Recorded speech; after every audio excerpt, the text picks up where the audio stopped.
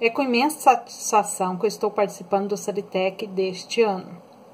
A proposta do meu trabalho aborda a educação do campo, um histórico de precarização e de luta pela garantia de direitos. Na introdução, a gente coloca que a educação do campo tem um histórico de precarização, vista a ideia, uma ideia totalmente errada, que aos sujeitos do campo bastava apenas uma educação rudimentar. Então, a partir desse entendimento, houve a necessidade de lutas e de resistência de movimentos sociais organizados. Entre eles, a gente destaca a questão da atuação do Movimento dos Trabalhadores Rurais Sem Terra, o MST, a fim de consolidar uma movimentação sociopolítica e cultural por uma educação do campo e não para o campo. Caldart, 2012.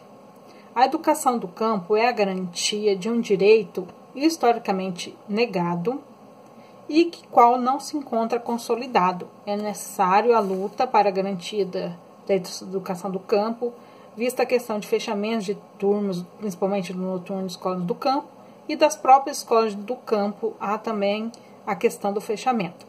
E a outra questão debatida nesse trabalho, a partir do conceito de cultura, é a importância da desconstrução de processo de inferiorização dos sujeitos do campo, visto que há uma dicotomia entre o meio rural e urbano, e muitas vezes o meio rural entendido como inferior, Essa dicotomia, a gente vê essas contradições tratado por Martins.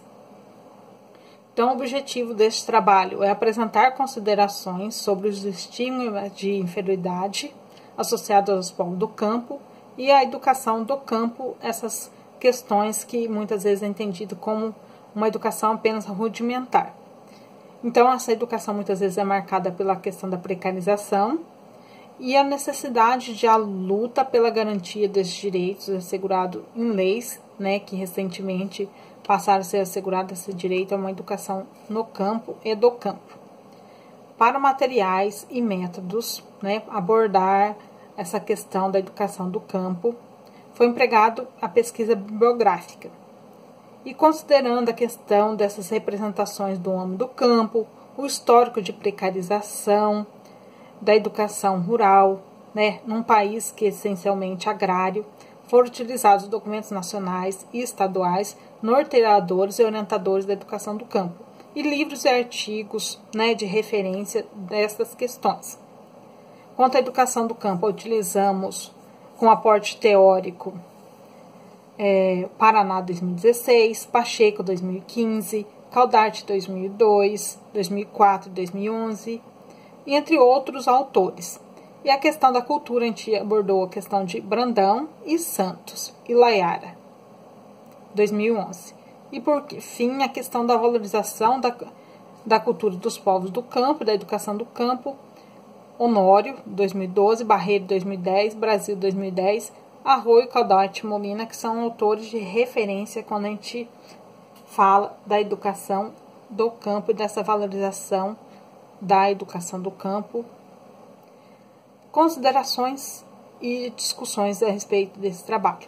Então, quando se discute a questão da cultura, a gente não pode ser ingênuo e pensar que essa cultura dos povos do campo, elas não vão ser permeadas por relações de poder, relações de dominação, na qual muitas vezes os sujeitos do campo são vistos uma questão estereotipadas, representações negativas, tratados como ingênuos, atrasados. Muitas vezes o campo é visto nessa condição de inferioridade.